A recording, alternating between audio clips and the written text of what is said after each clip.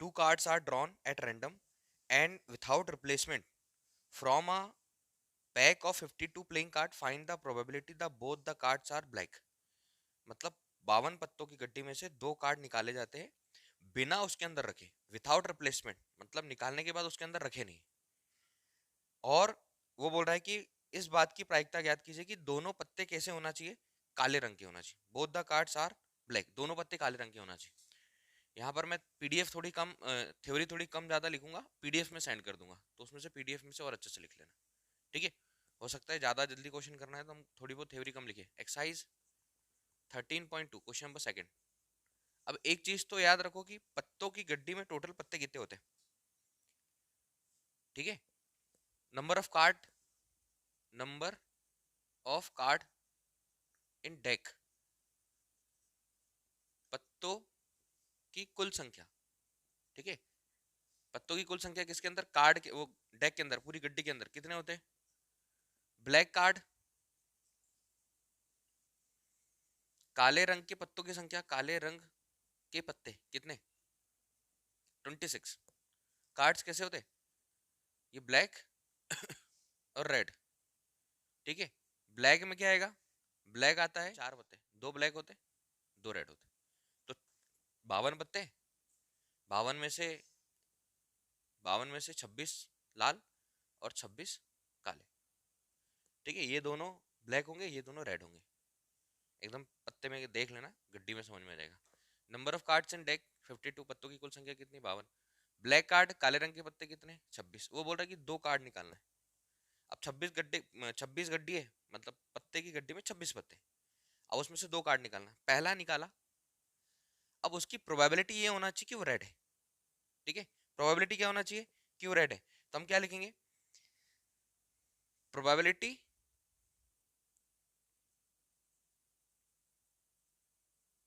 Of getting black card, black होना चाहिए, black card,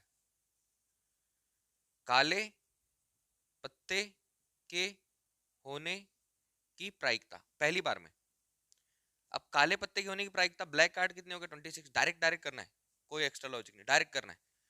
probability of getting black card first time में, तो अगर इसको हम प्रोबेबिलिटी ए नाम देते हैं, तो 52 पत्ते, 26 ब्लैक, एक निकाला।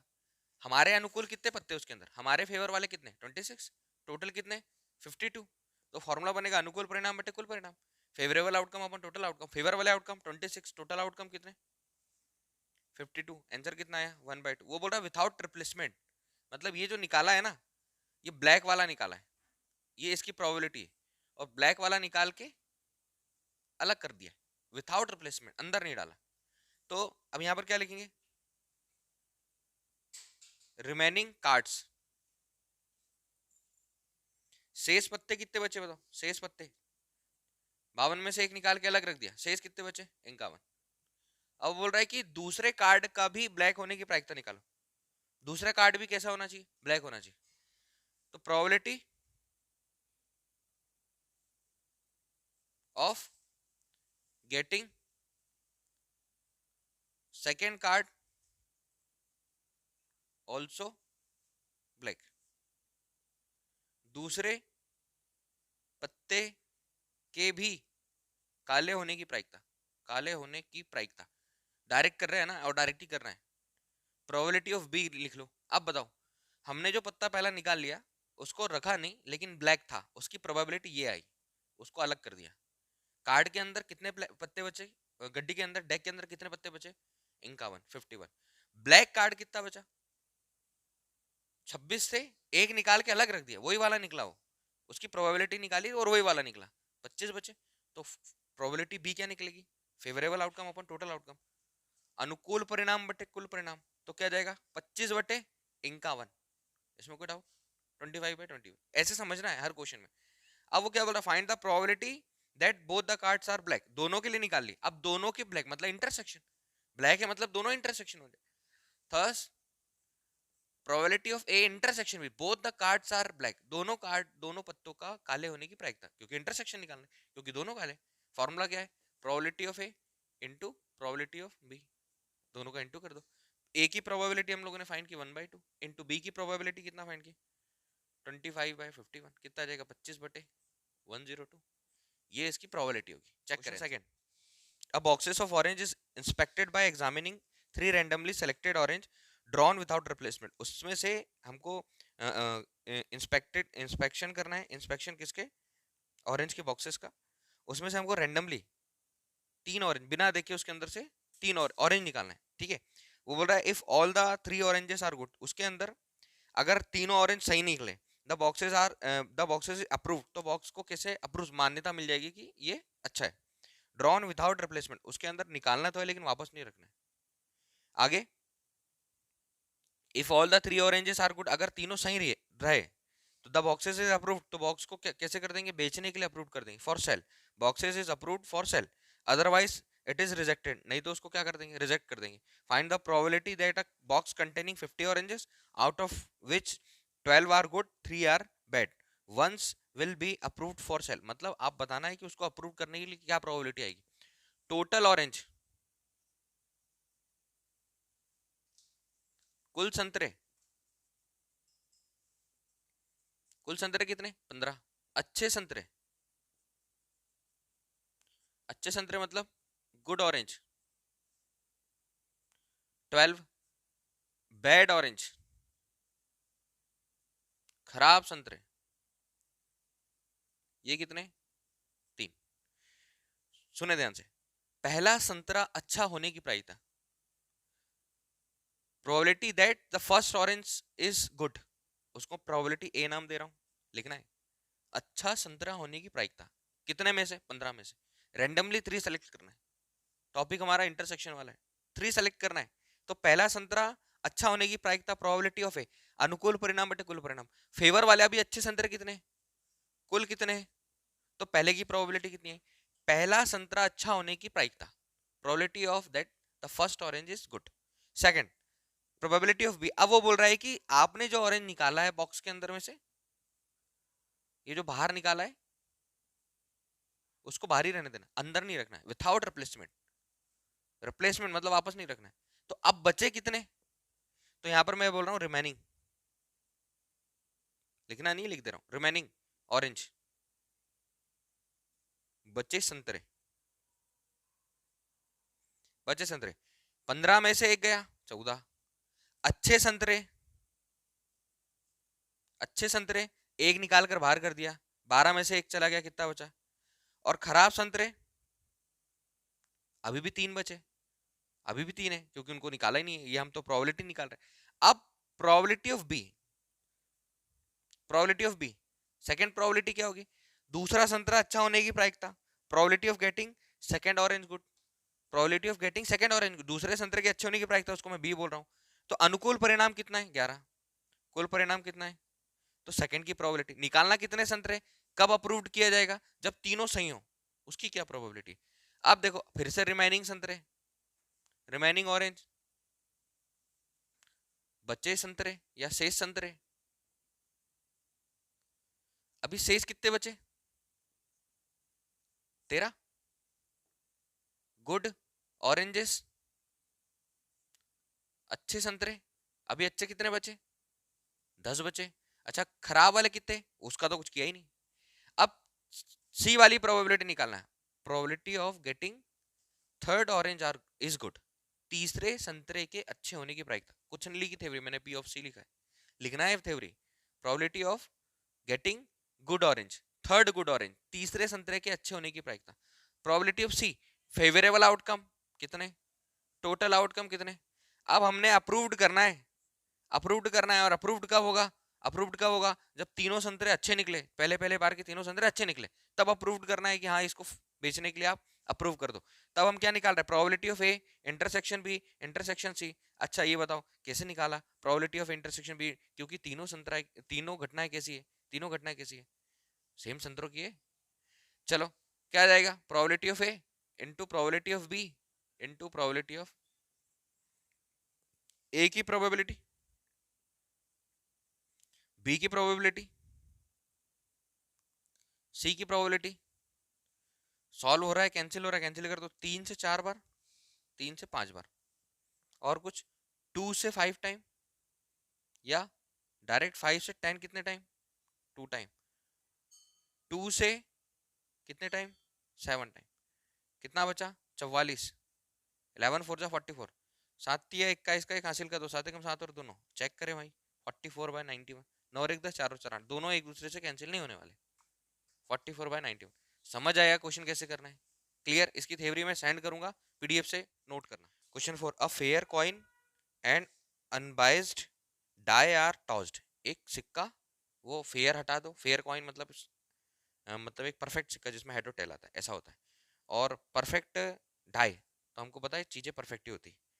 ऐसा जैसे 6 डिजिट्स जिसमें वो डाई, तो पहले एक सिक्का उछालेंगे, फिर एक पासा उछालेंगे। फिर बोल रहा है टॉस्ड, लेट ए जो है B the event head appears on the coin. A event लिख देता हूं पहले, फिर हम सैंपल स्पेस बनाएंगे। ए जो है हेड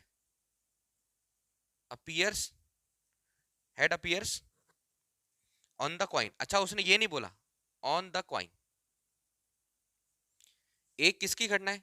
पट आने की घटना। अच्छा, उसने ये नहीं बोला कि पहले आए चाहे बाद में आए, इसलिए कहीं पर भी आए। जब उसने हेड बोला है तो हम ऐसे लिखेंगे बी। सेकंड इवेंट बी को लेट करते, सेकंड इवेंट क्या दे रहा है? B the event 3 on the die, और डाई पर कितना आना चाहिए? 3 ऑन द डाई।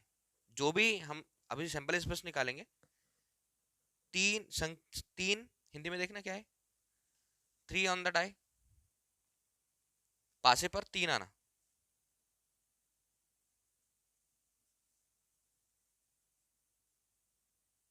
ठीक है, पासे पर कितना आना है?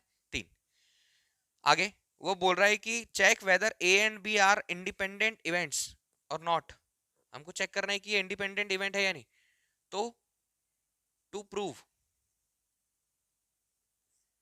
क्या प्रूव करना है? A and B are independent event और नॉट। ए तथा बी स्वतंत्र घटनाएं है या नहीं। अच्छा, अभी ए और बी अगर स्वतंत्र घटनाएं है या नहीं, ये पता करने के लिए हम क्या करेंगे? Probability of A intersection B किसके इक्वल आना चाहिए? Probability of A into probability of B. अगर ये आता है तो हम बोलेंगे कि इंडिपेंडेंट इवेंट है, क्योंकि हमारा पहला टॉपिक इंडिपेंडेंट इवेंट का, स्वतंत्र घटनाएं का, अपने अपनी घटनाएं का, एक दूसरे के ऊपर डिपेंड नहीं कर रही है ऐसी घटनाओं का। उसके अंदर ऐसा कुछ नहीं जो एक दूसरे के ऊपर डिपेंड हो रही है। तो probability of A intersection B is equals to probability of A into probability of B, हमारा फॉर्मूला है इंडिपेंडेंट इवेंट वाला। ठीक है, मोस्टली क्वेश्चन ऐसे ही पूछेगा कि प्रूव कीजिए कि ये इंडिपेंडेंट इवेंट है या नहीं। तो प्रूव करने के लिए हम पूरा सॉल्व करेंगे। पहले हम सैंपल स्पेस बना रहे हैं, ध्यान से देखो, सैंपल स्पेस प्रतिदर्श समष्टि। अब सैंपल स्पेस क्या बोल रहा है कि एक सिक्का उछालना है और एक पासा उछालना है, एक कॉइन है और एक डाई है। अब सोचो, एक सिक्के को उछाल ऐसा रखा हाथ में, ऊपर क्या आया? हेड। अब पासे को तो 6 बार उछालना पड़ेगा, तो टोटल रिजल्ट में क्या बनेगा? Head 1, head 2, head 3, head 4, head 5, head 6। फिर सिक्के को उछाल कर रखा तो क्या क्या टोटल रिजल्ट बना रहे हम लोग? टेल आया, तो क्या जाएगा? Tail 1, tail 2, tail 3, tail 4, tail 5, tail 6। ये टोटल रिजल्ट बने। इनका नंबर कितना? N of S equal 12। अब इवेंट निकालो, head appear on the coin. Head appear, इसकी घटना क्या होगी? हेड ऊपर आ जाए, इसकी घटना क्या होगी? कहीं पर भी आए तो ये देगा head 1, head 2, head 3, head 4, head 5, head 6। Number of A equal कितना? अच्छा, probability of A equal N of A by N of S. अनुकूल परिणाम बटे कुल परिणाम कितना? 1/2। कोई डाउट? अच्छा, बी बोल रहा है 3 ऑन द डाई, कहीं पर भी 3 आने चाहिए। कहाँ कहाँ आ रहा है? इसमें आ रहा है और किसमें आ रहा है? इसमें 3 आ रहा है। 3 कहाँ कहाँ आ रहा है? हेड 3 और T3 में। तो बी हेड 3 और T3। एन ऑफ बी कितना? N of B 2। Probability of B N of B by N of S. N of B कितना? 2। एन ऑफ एस कितना? 12। कितना? 1/6। हमको ये प्रूव करना है, तो हमको इंटरसेक्शन निकालना है।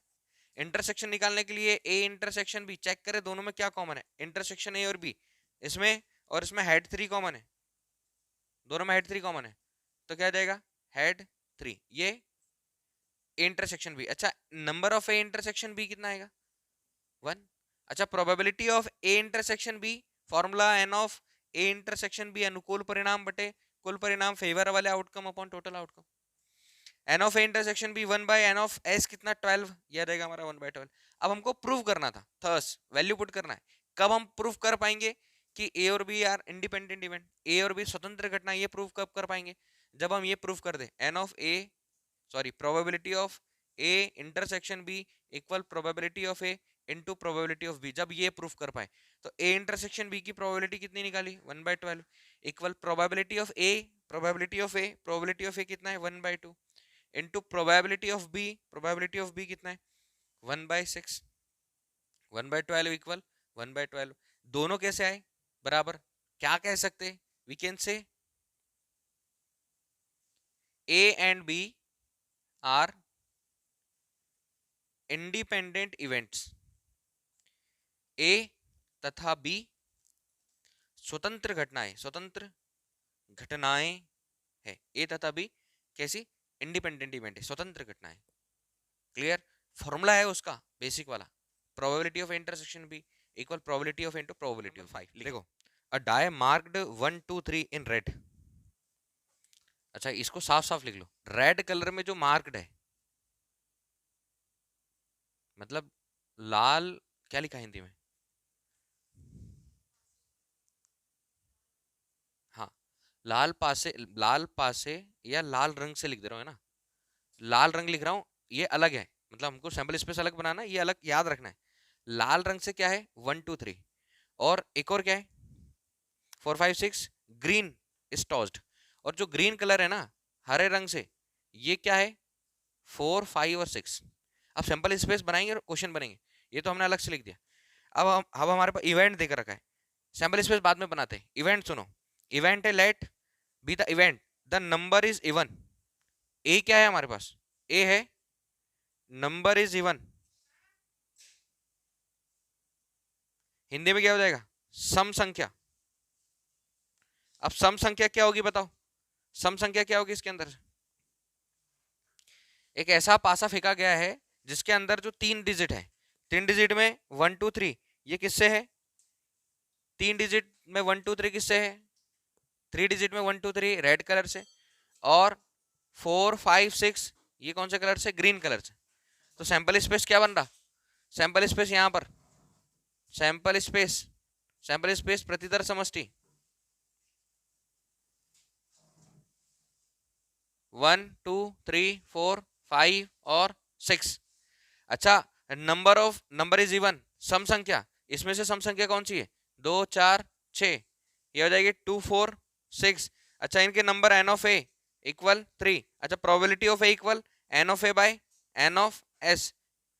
तो probability of A 3 by total number कितना है? N of S, sample space कितना? 6। तो ये जाएगा 6 1/2। इवेंट बी, बी इवेंट क्या बोल रहा है? बी इवेंट बोल रहा है कि the number is red, the number is red, मतलब लाल रंग की संख्या। अब बताओ, लाल रंग में कौन था? लाल रंग में कौन मार्क था? किस क्या अंकित था? 1 2 3। एन ऑफ बी इक्वल कितना? अच्छा, probability of B equal N of B by N of S, 3/6 1/2। दोनों में कोई डाउट नहीं। फाइंड क्या करना है? फाइंड करना है कि ए और बी आर इंडिपेंडेंट, ए और बी इंडिपेंडेंट है, ये प्रूव करना है। To prove A and B are independent, A व बी स्वतंत्र घटनाएं। अच्छा, ए और बी स्वतंत्र घटना है, इसके लिए हमको क्या प्रूफ करना है? Probability of A intersection B equal probability of A into probability of B. तो प्रोबेबिलिटी, प्रायिकता निकालना है, उससे पहले इंटरसेक्शन निकालना है। अच्छा, ए इंटरसेक्शन बी सेलेक्ट करें, ए और बी में क्या कॉमन है? 2। तो ये आ गया हमारे पास 2 सेम है। अच्छा, इसकी नंबर कितना है? N of A intersection B का नंबर कितना है? 1। Probability of A intersection B equal N of A intersection B by N of S, 1/6 1/6। Thus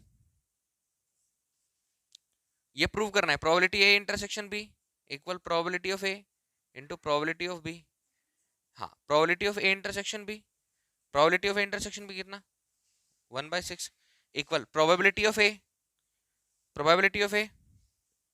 1/2 into probability of B 1/2।